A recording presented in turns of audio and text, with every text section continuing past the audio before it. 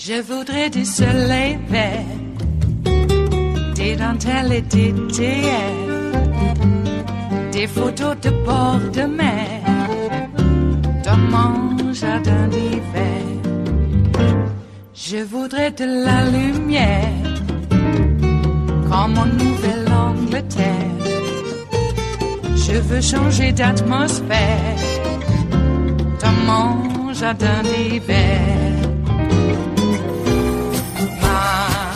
Ma fleur, sous la pluie de novembre, tes mains qui courent, je n'en peux plus de t'attendre. Les années passent, qu'il est loin, là je tombe. Nul ne peut nous entendre. Je voudrais du Fred Astaire, revoir un latte. Well, present tense in a cover-up. She said it twice. She knew exactly what she was doing. She pulled the pin out of the grenade, and she lobbed it into the middle of everything that was going on. Well, no? Let me take this a different way. That meeting was never going to be any good, and there wasn't ever going to be anything that ever came out of that meeting. The use of the phrase cover-up, remember when the Attorney General talked about spying? And people freaked out. And they're like, "You can't. It's spying. You can't call it spying. How dare you say spying?" It's like, okay, you want me to say surveillance? You say potato. I say potato. No. Let me just step in. All right. Because there is legal warrant spying, and it's a word. There's never legal cover-up. Sure, there are. How? There's all kinds of ways that legally you can conceal your activities from other people seeing them. Did any reporter shout back? Did either of you hear a reporter shout back? What was the crime? What is the crime? Well, he's involved in a cover-up. What is the crime? I just have to say Democrats are being complete cowards when it comes to this impeachment dance around. They're acting like and engaging in impeachment-like behavior without actually going forward with it because they know politically it is not a good 2020 move for them, but they're trying to appease their far-left base. When it comes to the cover-up, they're moving the goalposts in terms of the narrative here, and it's going to be, well, you know, the cover-up is always worse than the crime, even though there was no crime that was committed according to the Mueller report, which Democrats used to actually take very seriously. And when it comes to what this meeting could have been, the last meeting that Chuck Schumer, Pelosi, and Trump actually had about infrastructure went really well. You had Chuck Schumer praising the president, saying there was common ground. Nancy Pelosi saying we want to work together to make some good for the American people. We all agreed that there needs to be something that is done. So they could have taken that in a different direction, but Nancy Pelosi, they're good at spending money, engaged in this kind of Jessica beforehand. What is the crime? Well, the crime that's going on right now is defying the subpoenas. So there, we had Steve Mnuchin up there talking to Maxine Waters again. Wait, defying the subpoena, but what is being covered up? What is the crime? The obstruction of justice charges. That's why President Trump doesn't want Don McGahn. What was he obstructing the justice about? What was the crime? The crime is instructing people and his team to lie. Mueller was very clear about connections with Russians, about what's going on. We just heard today there aren't connections. There aren't connections. Really, there aren't. We have a new from FOIA request from CNN. We have Michael Cohen made and received 1,000 phone calls and chase for documents. But you asked the crime. I'm telling you what it is. Colluding with the Russians? What's the crime? Obstruction of justice. Where's the charge? The official charge? I don't know. I'm answering your questions. I don't know what more I can do here. It is actually. I said it in plain English. I want to get Chris Stirewalt back in here because Chris, when you read, I had somebody on Twitter ask me, "Have you read the entire Mueller report?" Well, of the part that's in the public, yes. And I had some help from members of the former DOJ, so I got friends who helped me out. There are 10 or 11 points, some points in there that are all about potential obstruction of justice. What we do know is that Robert Mueller didn't want to come down one way or the other, and William Barr, our Attorney General for the United States, actually did his job and decided. So now we are adjudicating or trying to debate what exactly everybody wants obstruction of justice to be defined as. Because we've had one AG say it wasn't. We've had the Bob Mueller report say I'm not going to conclude on it. That's where we're stuck. We are not stuck on collusion. Because I didn't say that. I said obstruction of justice and defying subpoenas, which is why they would want to go to impeachment. Right. Chris? Impeachment is not about the enforcement of the criminal code. You do not need to have a underlying crime. You don't need to have an underlying crime. You don't need to have an What are you covering up? Wait. You don't. If you want to talk about it in the legal sense, in the criminal law sense, you don't need to convict somebody of an underlying crime in order to charge them with obstruction, or otherwise you'd never have an obstruction charge. And if somebody successfully obstructed justice, then you couldn't charge them with obstruction of justice. But I'm not talking about the criminal code.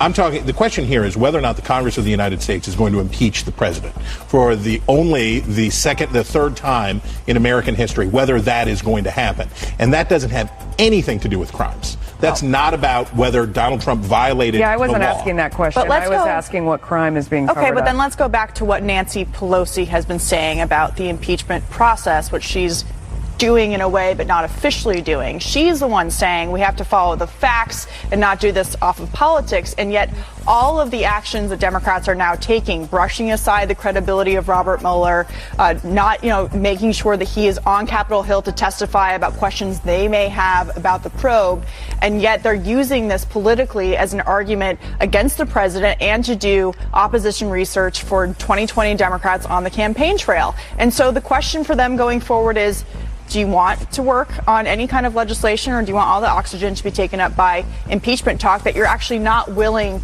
to actually go forward with because politically in that case there was a break-in? I'm just asking, where's the break-in? Where's the break-in? It was laid out in the Mueller report when you talk about this, the cover-up of the Don Jr. meeting, which the president was involved in. Again, what I'm talking about with what Michael Cohen has been relieved with the FOIA request. But in terms of impeachment and saying, there was a break-in, if the White House wasn't defying these subpoenas and instructing people like Don McGahn to do that, we wouldn't be at this point. David Cicilline, for instance, from Rhode Island, did not want to go down this road. But if you we don't know what he wanted. We only know what he said. You had your time. You had your investigation. Yeah. It didn't come to anything. That's not true, Get to work. What Cicilline told me for the American was that people. He didn't want to go down that road for the American people without evidence. And that's where we thought Nancy Pelosi was up until a couple hours ago when she dropped the bomb of cover-up. It is Thursday, the 23rd of May of 2019, and you are in West Coast Cookbook and Speakeasy. I am your chef de cuisine, Justice Putnam, and our daily special is Metro Shrimp and Grits Thursdays. A little bit of jambalaya, a little bit of spice in your life. Speaking of spice, William Barr is maintaining that if you are a Republican president, especially if you are a Republican president. Now, this is from a little-known DOJ guideline that William Barr apparently was able to unearth. That guideline states that a Republican president who is angered and frustrated at an investigation of him, well, let's say for obstruction of justice, can obstruct justice because of that anger and frustration. Now, the qualifying part of that guideline is Republican president. Because, let's be clear, they'll impeach and charge criminally a Democratic president for having an extramarital affair that he didn't tell his wife about. The liar. Can't have that sitting in the presidency of the United States. I mean, it's not only a sully upon the office, but the character of the person. How can we trust any of the decisions he's made? Well, William Barr is an Opus Dei geek, and that's putting it in a very polite way, because I have another word instead of geek. This Opus Dei crowd, who Scalia was a part of as well. Let's not forget that. And let's also maybe remember there are two current justices on the Supreme Court who I suspect, if they're not actual full members of Opus Dei, I think they're going through the initiation, where you get spanked on the butt, down an aisle of candles in the rectory. And after every swat, you say, "Thank you, sir. May I have another?" Jim Jordan has gone through that, and he liked it. He likes to get initiated over and over and over. But that's a whole other story. We're talking about William Barr now passing judgment as if he is the Supreme Court. I thought he was the law, and then the order part is the courts. Well, little did we know. That was just TV. And it gets worse from there, of course. We had Trump going out into the Rose Garden after setting up, I actually suspect that Schumer and Nancy knew what they were stepping into. And they let Trump just go ahead. Give him his head. Just go ahead. Take the reins off. Let him go. He'll do the damage that we won't be able to affect because, look, we're Democrats. So they went into this meeting with a 30-plus odd page proposal for infrastructure, which is what legislators do when they sit down with the President of the United States of America. Yeah, and I'm using the P word here in the overarching term, not specifically to this one personage named Trump. And Trump and his crew, I just love this. It's going to be an impromptu press conference. And they tell the White House press corps really moments before he was to step out. And, actually moments before Schumer and Pelosi entered the White House. And so the press corps is told there's going to be a surprise in the Rose Garden. Come on over. And on the way over, they see Schumer and Pelosi heading into the White House. And then really just a few minutes later, Trump comes back out. Now, before he comes out, on the podium is a placard that they printed out about supposedly, how much money Mueller has spent on his investigation, all the subpoenas, and, etc. Maybe not the subpoenas, but just, this really propaganda that's anti-Mueller, all right, on this large printed placard affixed to the podium, the lectern. And then he comes out with some prepared remarks. That is so impromptu. Well, he set this thing up because, it's like TV. And I really, really, really think that both Chuck and Nancy, were quite aware of what was going on. So then he threw a tantrum for the whole world to see. Now, of course, later on, he says, I was totally polite. I never yelled. Yeah, you were throwing a tantrum. Because, look, there's nothing worse than a whiner whining about not whining. This guy's whole demeanor, his voice, his reactions, it's the same sort of revulsion that one gets, most people get, with the scratching of a blackboard, for instance. Yeah. Well, so we got that going for us, which is nice. So, I tried the anger and frustrated strategy before, but I'm not Republican. It never works. You got to be a Republican if you're going to be able to get away with that. That's for sure. Well, what's on the rest of the menu? Starting off at the top there, that was the Fox Outnumbered panel. They seem to be triggered by Nancy Pelosi. Wow.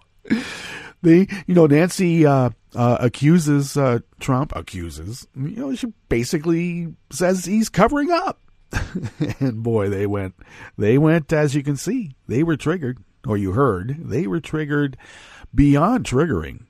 Indeed. Here on the Bistro Cafe, we're going to also talk about Trump officials who refuse to address refugee children dying in U.S. custody.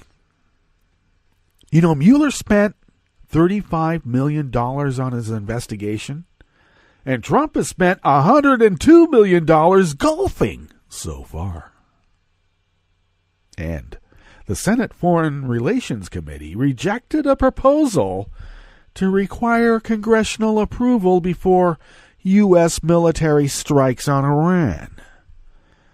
So much for only Congress can levy war. Oops. After the break, we then move to the chef's table, where the last ship known to smuggle slaves from Africa has been discovered in Alabama's Mobile River. And U.S. election cybersecurity agency staff are strained to the breaking point.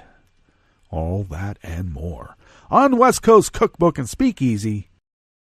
Bon appetit.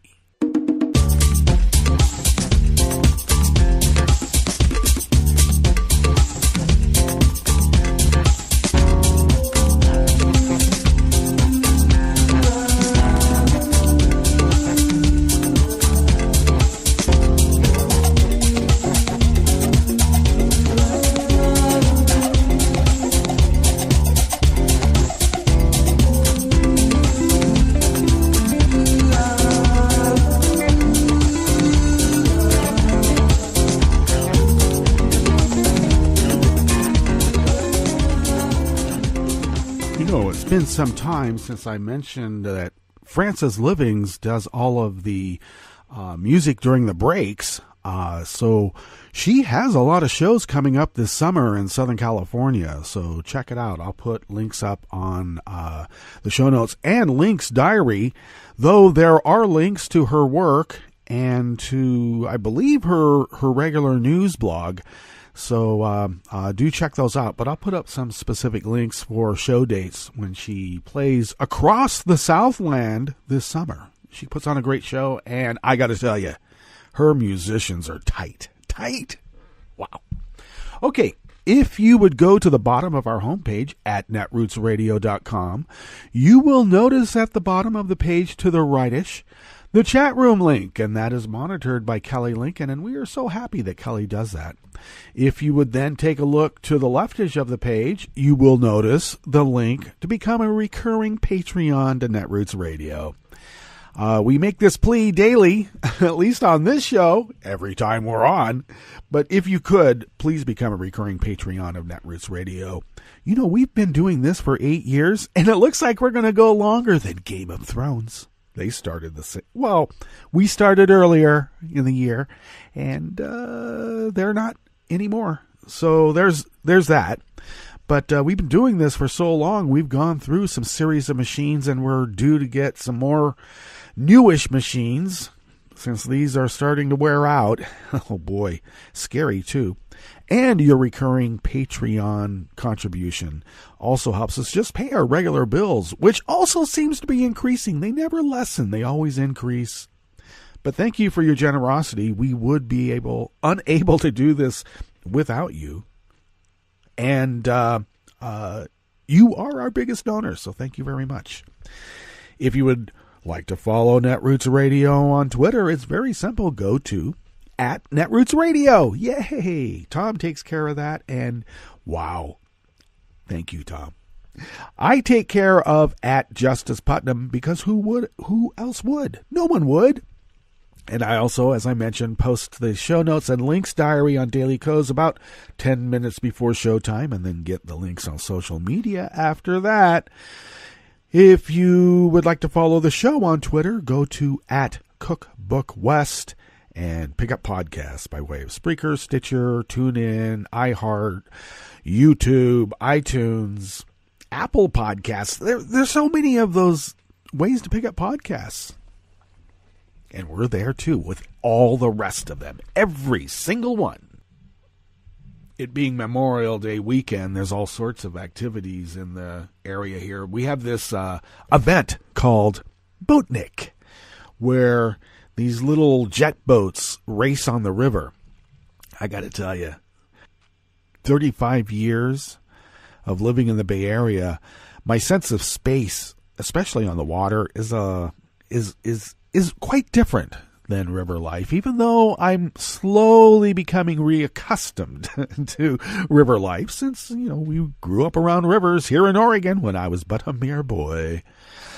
But living so long in the Bay Area and sailing on the bay, the idea of trying to race one of these little boats on the river and turning them, I mean, they go in like a big oval sort of track on the water. My God. And that's so loud. I guess I was enthralled with engines when I was younger. I do remember gleefully going to the Irwindale racetrack to watch the drag races there when I was a kid, a paperboy. That was one of the perks. If you got so many starts, new subscriptions on your route, or actually anywhere, but usually you try to do it on your route if you could, and had no complaints, got your invoices in on time, you would get these perks. And one of the perks was, you go to the Irwindale drag races. So I did, and it smelled, and it was loud, and you could feel it in your chest. It was pretty fun, I gotta say, to a degree. But I wasn't really into engines too much. Those kinds of engines, to me, were emblematic of the destruction of society rather than the uplifting of it. I was one of those. Yeah, I was one of those. So the idea of watching these jet boats race on this tiny little strip of river, to me it's tiny. I told people about this here, and they're looking at me like I'm some sort of weirdo. That river's big. No, it's not. I've seen big rivers, and the Rogue River isn't that big. But so there's going to be quite a few people coming down here in the area for that. And we're going to have some pretty good weather, which is nice.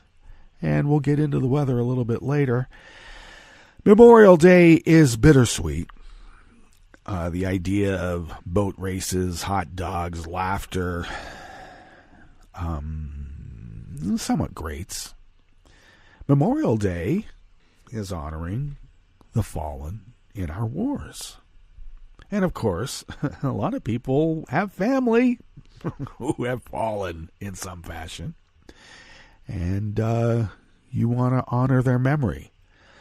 And my idea of honoring their memory wasn't guffawing, drunken brawls along a riverbank while jet boats are racing back and forth.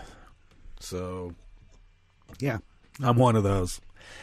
Let's get on here into this first offering in the Bistro Cafe of West Coast Cookbook and Speakeasy. It comes out of Share Blue Media by Dan Desai Martin. The Trump administration is ignoring congressional inquiries into the deaths of 5, and now it's 6 immigrant children in the past 6 months, according to statements made on Tuesday by members of the Congressional Hispanic Caucus. Instead of responding to multiple requests from committees of jurisdiction for this Congress, the administration has stonewalled Congress, dismissed our concerns, and doubled down on their cruel policies, Representative Joaquin Castro, chair of the Congressional Hispanic Caucus, told reporters. Castro slammed Republican members of Congress for their silent complicity, which Castro described as a tacit acceptance of the Trump administration's inhumane border policy. He's being polite because he has to be collegial. Their silence, what's the cliche? Speaks volumes. The increased pressure from Castro and others comes as 2 immigrant children from Guatemala died in U.S. custody in the last week, bringing the gruesome total to 5 dead children in 6 months, all from Guatemala. Yet there was a young girl who died in February we just found out about overnight. This is in this reporter's recent reportage. Back to Dan Desai Martin. Castro noted that prior to the Trump administration, no immigrant child had died in U.S. custody in more than a decade, and now there are 6. In 6 months. The Trump administration has spent more than 2 years implementing cruel and heartless immigration policies because it's the point. Stephen Mueller somehow gets to have the last word in. Cruelty is the point to that Santa Monica Goebbels. In order to improve the situation, Representative Raul Ruiz, a Democrat from California, will introduce legislation mandating undocumented immigrants receive proper medical care and shelter so that no more lives are needlessly lost. Well, You know where that's going. To the Grim Reaper. Where everything that Democrats propose goes to die. Because cruelty is the point.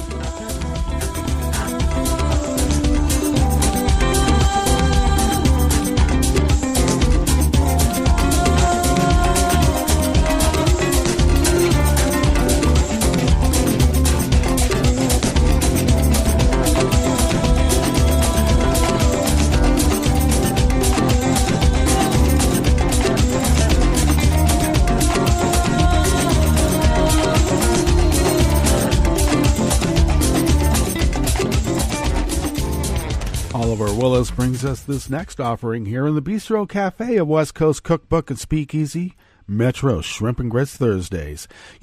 Trump promised not to play golf, but somehow he has racked up $102 million golfing, and guess who gets to pay? That's right, you and me. Trump has spent over $102 million in tax dollars on his golfing habit, even though he boasted before taking office that he wouldn't play golf once he was elected. Well, on Wednesday, it's reported that taxpayers have spent $81 million for Trump to take golf vacations in Florida, $17 million in New Jersey, $1 million in Los Angeles, and $3 million in Scotland. Trump's travels rack up costs for expenses including fuel for Air Force One and the Marine helicopters that transport him, transportation costs for the presidential limousine and other associated vehicles, as well as Coast Guard patrols that have to be put in place to secure his golf environs. Trump has spent twice as many days golfing as Barack Obama did as president. At that same point, and taxpayers have spent 3 times as much on Trump's golf outings as on Obama's. That's partly because when Obama went golfing, he usually played at military bases and not at private clubs. When he was running for president, however, Trump often attacked Obama for golfing because the idea of a black guy golfing is just icky, except for Tiger. Tiger said nice things about Trump, and Obama never did. Trump also repeatedly vowed that even though I love golf, if I were in the White House, I don't think I'd ever see Turnsbury again. I just want to stay in the White House and work my ass off. There won't be time to go on vacations. There won't be time to go golfing all the time, Trump said in June of 2015. I'm not going to play much golf because there's a lot of work to be done, he told South Carolina voters in 2016. And, well, as with many of his campaign promises and rhetoric, Trump's actions since taking office shows that he was simply lying. Or, I don't know, to put it kindly, he was pandering. What's more, almost all of Trump's time playing golf was spent at the resorts he still owns, meaning he's also personally profiting from the luxury travel. That's right. Secret Service pays the resort pays Donald Trump. Great work if you can get it.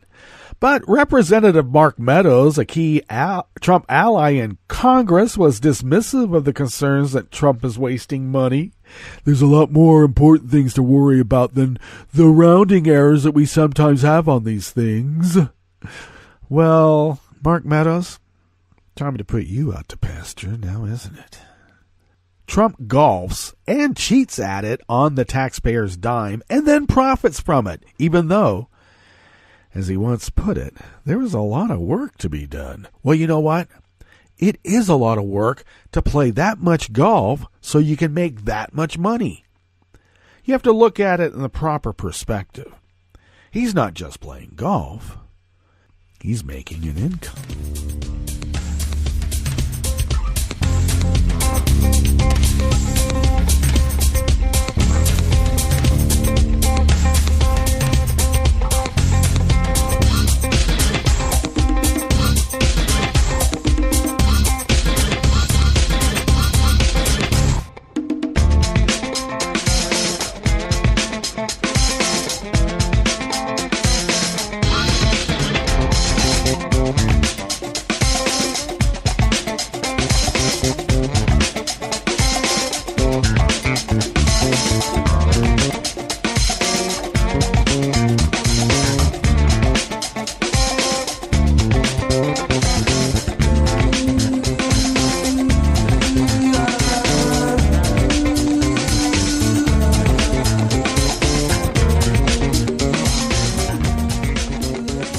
And Masa Barkayani of Think Progress brings us this final offering here in the Bistro Cafe at West Coast Cookbook and Speakeasy. The Senate Foreign Relations Committee rejected a Democratic proposal to require congressional approval before the United States takes any military action against Iran. The panel voted 13-9 against the proposal, and according to Senator Chris Murphy, who co-sponsored the measure with Senator Tom Udall, every Republican on the panel voted against the proposal, with the exception of Rand Paul.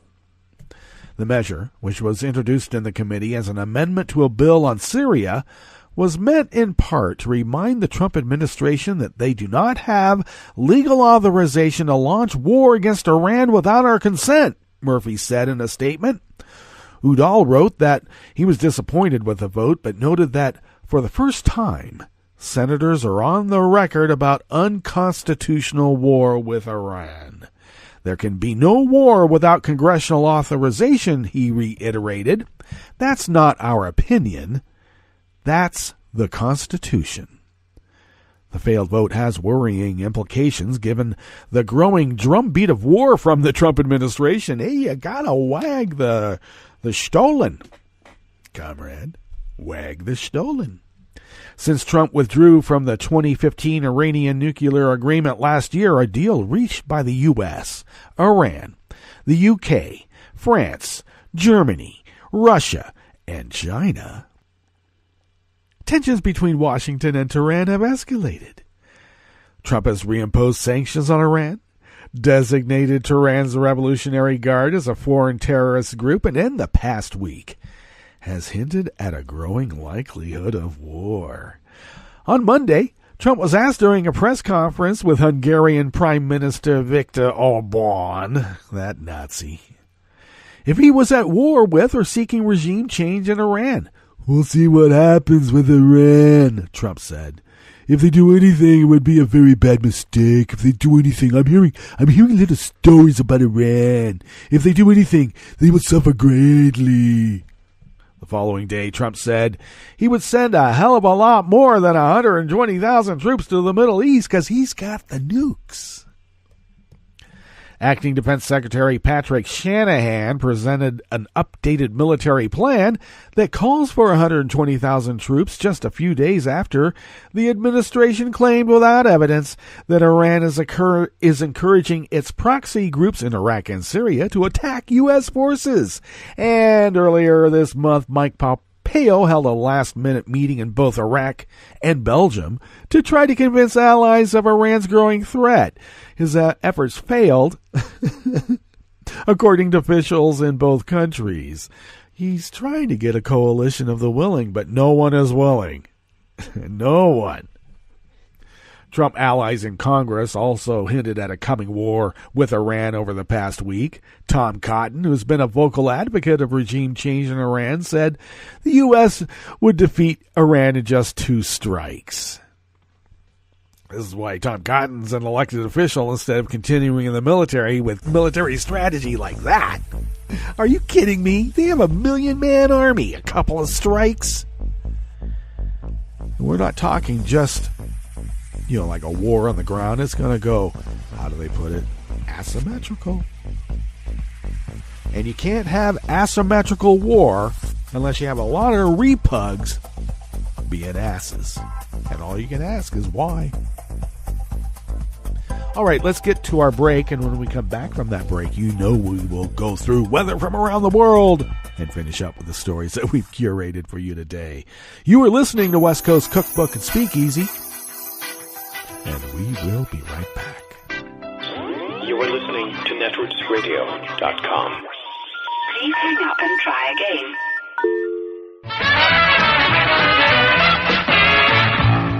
From a point at sea to the circles of your mind, a new force is at work for planetary transformation. New radio for a new Earth.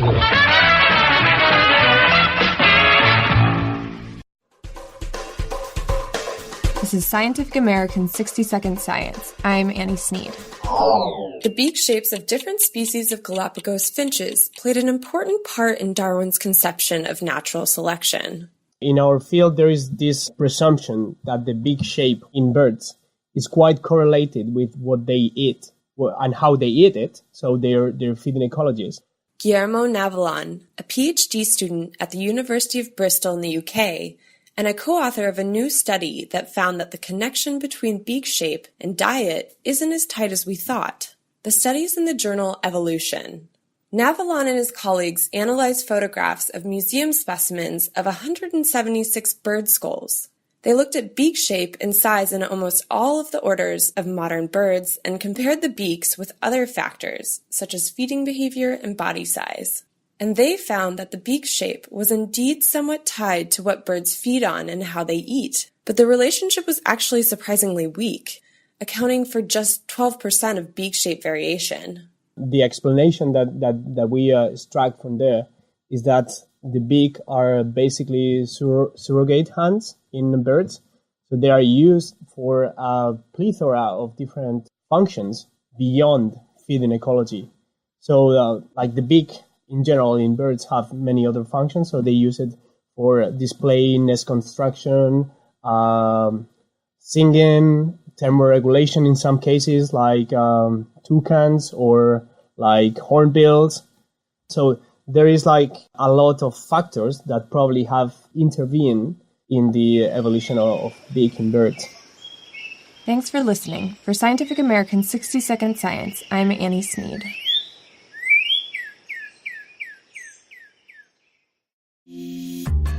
This program is presented by the Centers for Disease Control and Prevention. For an expectant mother, taking care of her developing baby means taking good care of herself. One way she can do this is by ensuring she gets vaccinated. If a woman is or might be pregnant during flu season, it's especially important to get her annual flu shot, preferably before the end of October. In addition, women should be vaccinated against whooping cough during the 3rd trimester of each pregnancy. Failure to get vaccinated places both mother and baby at increased risk for serious complications of these infections, including hospitalization and even death. If you're pregnant or planning to get pregnant, ask your healthcare provider when you should get your vaccines.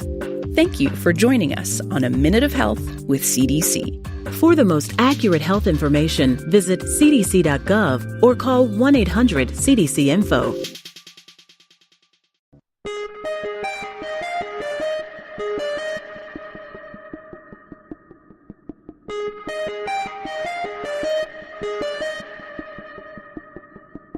Hi, it's Tom. Could we humbly suggest your donation to netrootsradio.com? All we've got to run this 24-hour powerhouse of progressive resistance radio is what comes out of our own wallets. And you are our biggest donor. And it doesn't take much, $3, $5. Just go to the bottom of our netrootsradio.com page and hit our secure donate button. Heck, you can even make a recurring contribution. And you'll get a wondiferous pair of Netroots radio stickers for application to your backpack, your bumper sticker, or your banjo. Well, it's up to you which backpack you want to put it on. So donate what you'd like at the bottom of our netrootsradio.com's homepage. Because you are our biggest donor. Netrootsradio.com. Together, we are Resistance Radio.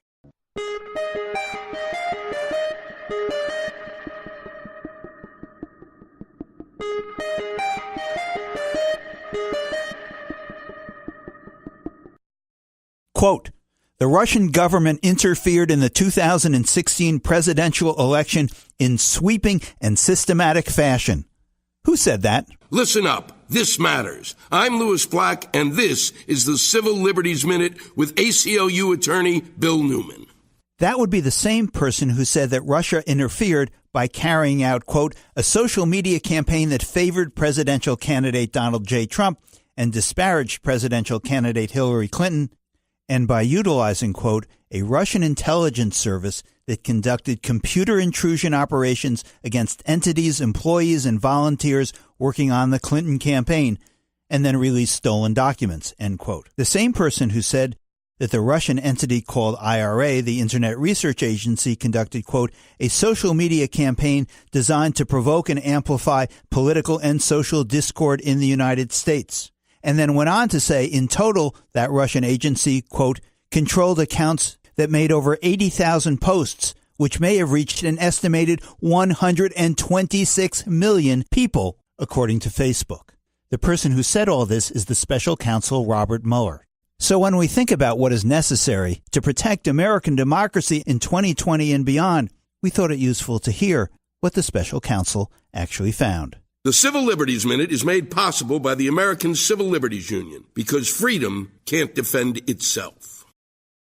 I'm Rick Smith, and this is Labor History in 2. How can unionized workers and unemployed workers stand together? Perhaps we can look to the past for examples of the power of such solidarity. On this day in labor history, the year was 1935. It was the height of the Great Depression. That April, workers who were part of the American Federation of Labor had gone out on strike against the electric auto light plant in Toledo, Ohio. Given the desperate economic times, only about half of the workers participated in the strike, and it seemed likely to fail. But then, the Lucas County Unemployment League joined the effort. An injunction had ruled that only 25 people could picket at a time. The Unemployed League ignored the injunction and crowded the picket lines. On May 21st, they called a meeting of 1,000 unemployed workers to the plant gates. With each passing day, the protests grew. They protested against the company and against the scabs who were brought in to break the strike. Finally, today in labor history, the sheriff decided to turn back the picketers. He marched on the protesting workers with men paid for by the National Guard. They let loose fire hoses and tear gas on the crowd. The picketers responded by throwing bricks and stones through the factory windows. The next day, the 900 National Guard troops marched on the picketers again. They fired their weapons into the unarmed crowd, killing 2 and wounding many more. Across Toledo, unions pledged to join a general strike. In response, the company capitulated, granting a 22% raise and union recognition for the workers. In 2001, a memorial honoring the strikers was commemorated in Toledo's Union Memorial Park. 2 bronze strikers, one male and one female, stand on opposite ends of a low wall. On the wall, the words inscribed read, "Increased wages and improved conditions." Labor History in 2 brought to you by the Illinois Labor History Society and The Rick Smith Show. I read the news today, oh boy. It's time for Nicole Sandler's What's News from NicoleSandler.com and the Progressive Voices Network. Donald Trump did not have a very good Wednesday. Reports say the Orange Menace began the day in a foul mood, which circumstances only made worse. The day started with Nancy Pelosi meeting with the House Democratic Caucus to deal with the growing calls for impeachment. This before her scheduled 11 a.m. meeting at the White House to talk infrastructure. She emerged from that meeting to say this. For some reason, maybe it was lack of confidence on his part, that he really couldn't match the greatness of the challenge that we have.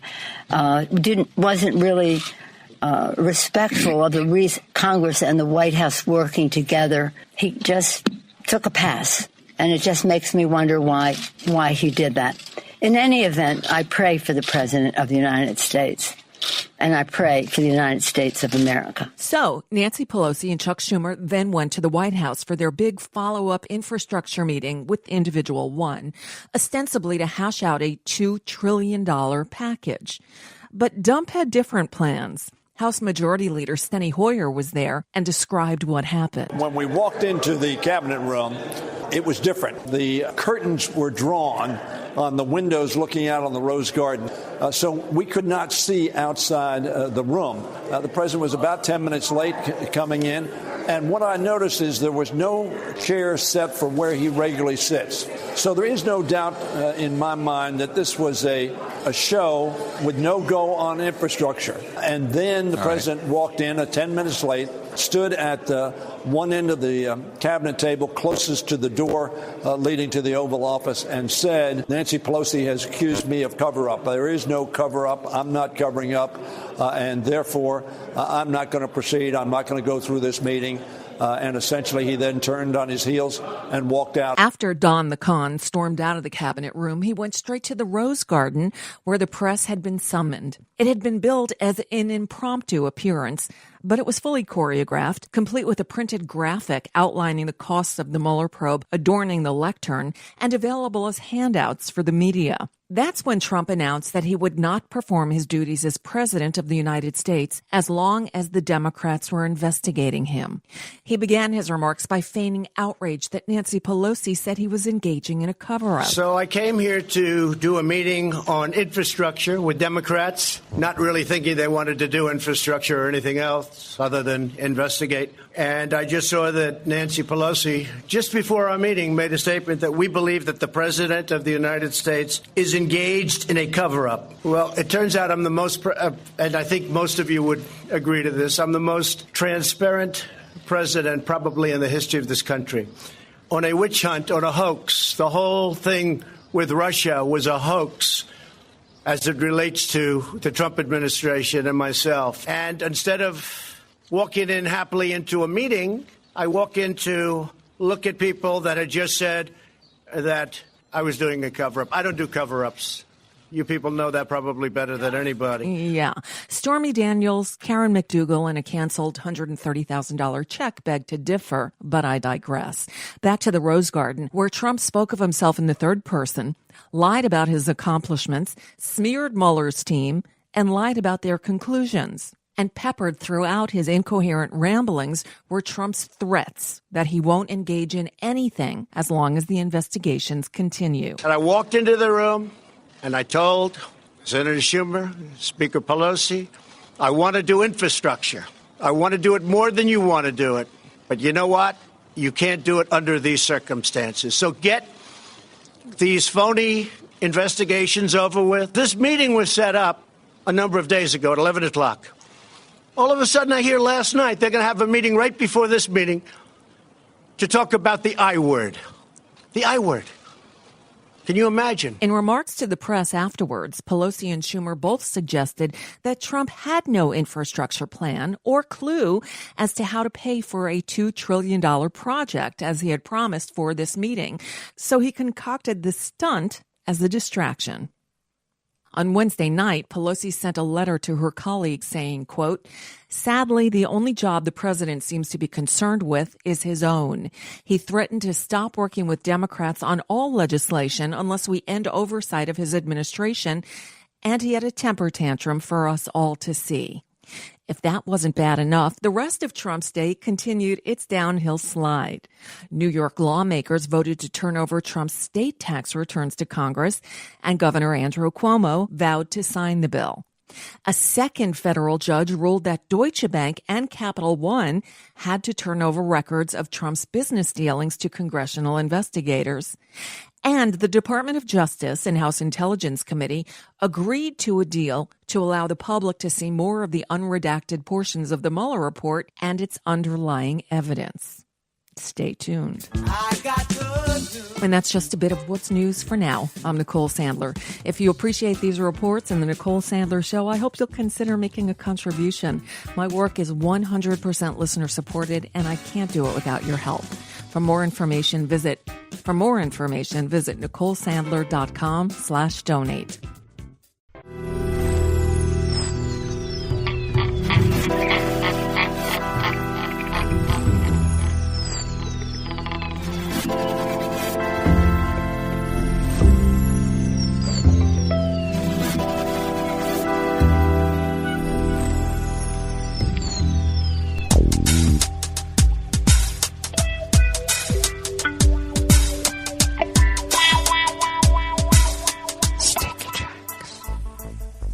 Thank you for accompanying us here to the chef's table at West Coast Cookbook and Speakeasy. Metro Shrimp and Grits Thursdays, a little bit of jambalaya, a little bit of spice in your life. We always begin weather from around the world along the banks of the Rogue River, in the Rogue River Valley of southern Oregon on the west coast of the continental United States of America, where it is currently 58 degrees Fahrenheit. Expected a high of about 76 to 77. We'll say 78 then. You never know. Right now we have a few scattered clouds. Gusts are coming out of the southwest about 3 miles per hour. Winds will then be sustained later on. It looks like in only about an hour and a half, where the winds will have shifted out of the north at 5 to 10 miles per hour. And we're going to be, pretty sunny as the day wears on. Mostly clear tonight, lows around mid-50s, winds out of the west-northwest at about 5 to 10 miles per hour. And then shifting out of the northwest tomorrow morning at 5 to 10 miles per hour. Expected highs in the mid-70s again. And then, on Sunday and Monday, we're looking at rain here, which I don't mind. A lot of other people say they're tired of it. Yeah, wait until it's 108 with 30% humidity. And then you'll wish you had the rain again, won't you? Yes, you will. Okay, let's see. Scroll down here and give you the grass pollen rating is considered very high. Air quality index is in the good range at 13 parts per million. And the daytime UV index is also very high, rated at 8. So take care. I'm wearing a hat. Big ol' straw one. Barometric pressure is falling at 29.75 inches. Visibility is up to 8 miles. It was down at 5 just a while ago. And relative humidity is at 80%. Weather from around the world is brought to you by people's personal weather stations that they purchased. These people purchased personal weather stations somewhere on their property. And these people positively live around the world. Crowdsource the weather, folks. Crowdsource the weather. London is 75 degrees and sunny. Paris is 77 degrees and sunny. Rome is 72 and partly cloudy. Kiev is 77 and partly cloudy. Kabul is 59 degrees and mostly cloudy. Hong Kong is 77 and mostly cloudy. Tokyo is 68 and partly cloudy. Sydney, Australia is 65 degrees and clear. San Francisco, California is 57 degrees and mostly cloudy, and they do have another wind advisory on the bay, so for small craft. But if you're a big high-profile craft, look out. And New York is 63 degrees and cloudy. And that is weather from around the world, brought to you by people's personal weather stations that they purchased. These people purchased personal weather stations somewhere on their property, and these people positively live around the world.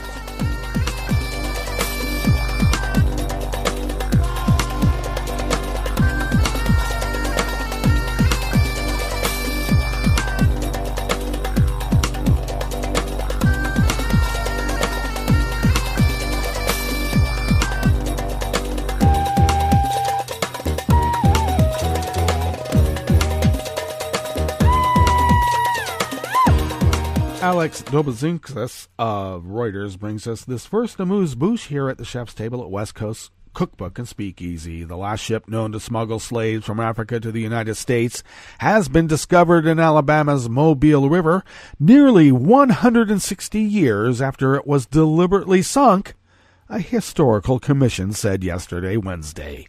The Alabama Historical Commission, in a post on its Facebook page, called the effort to locate the ship the Clotilda, a year-long scientific investigation. Oh, the famous Clotilda. It was discovered by a company called Search Inc. in collaboration with the Commission and the Smithsonian National Museum of African American History and Culture. The Clotilda has previously been documented by historians as the last ship known to bring African captives to the United States. It operated in secret decades after Congress banned the importation of slaves into the country in 1807. The Clotilda carried 110 men, women, and children from Africa to Alabama in 1860. According to the 2007 book Dreams of Africa in Alabama by Sylviane Anna Diouf, who relied on testimony from the slave traders and their captives. The ship is believed to have been intentionally sunk in 1860 to hide evidence of its use in the slave trade. And there was always some speculation that maybe some slaves were, sunk with it. to hide the evidence. 3 years later, in the middle of the Civil War, Abraham Lincoln signed the Emancipation Proclamation declaring the end of slavery in the U.S. The discovery of the Clotilda sheds new light on a lost chapter of American history, said Frederick Hebert, archaeologist in residence at the National Geographic Society. Researchers used insurance records to determine the Clotilda's dimensions and its other unique characteristics, such as planks of southern yellow pine over white oak frames. Among the captives on the Clotilda were Cujo Lewis, who lived until 1935 and was long described as the last survivor of the Atlantic slave trade between Africa and the U.S. Earlier this year, researcher Hannah Durkin of Newcastle University in Britain published a paper naming the last known survivor as Redoshi, who also went by the name Sally Smith. Smith died in 1937, 2 years after Lewis, and was also a captive of the Clotilda, according to Durkin's finding.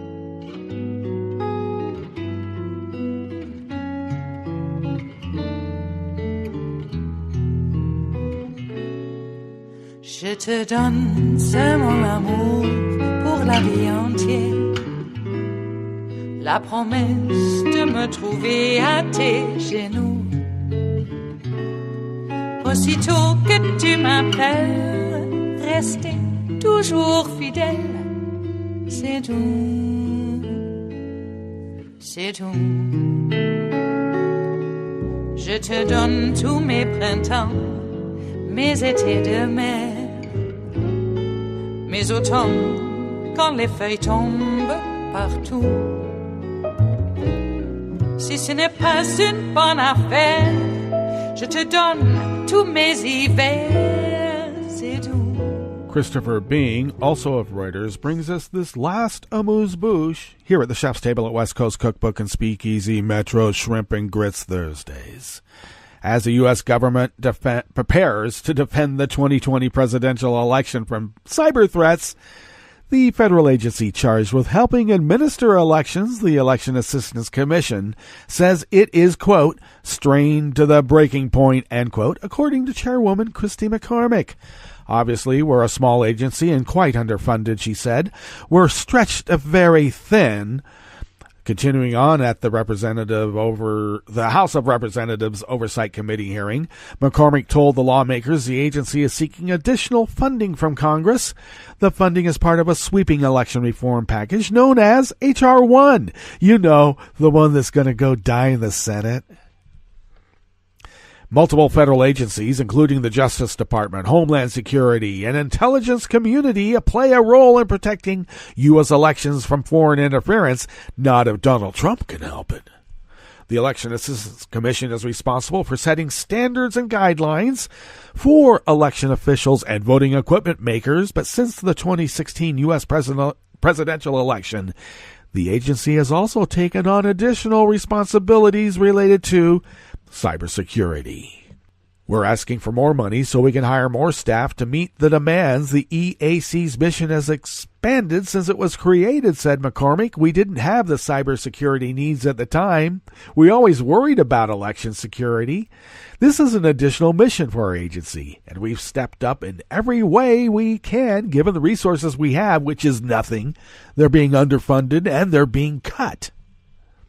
Those comments follow a prediction in late April by FBI Director Christopher Wray that the Russian government and others will likely attempt to meddle in the U.S. presidential election in 2020.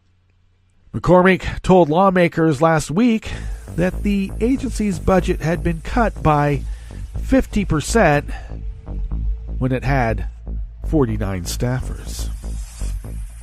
Thank you very much. You know, paper can't be hacked. Why do we go there? All right, that brings us to the end of our broadcast period for the day, but you know Netroots Radio broadcasts on. We're going to meet up tomorrow for Blue Moon Spirits Fridays because we need those French 77s heading into another long weekend.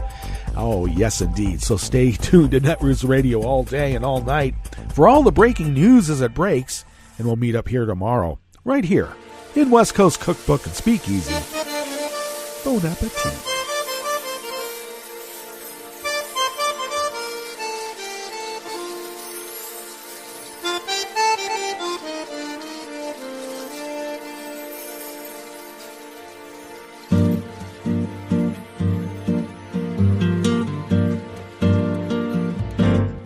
Je voudrais du soleil vert, des dentelles et des théières, des photos de bord de mer, dans mon jardin d'hiver.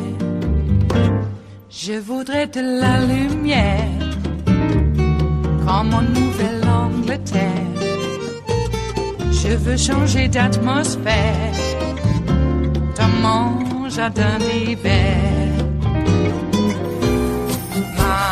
Robe à fleurs, sous la pluie de novembre, tes mains qui courent, je n'en peux plus de t'attendre.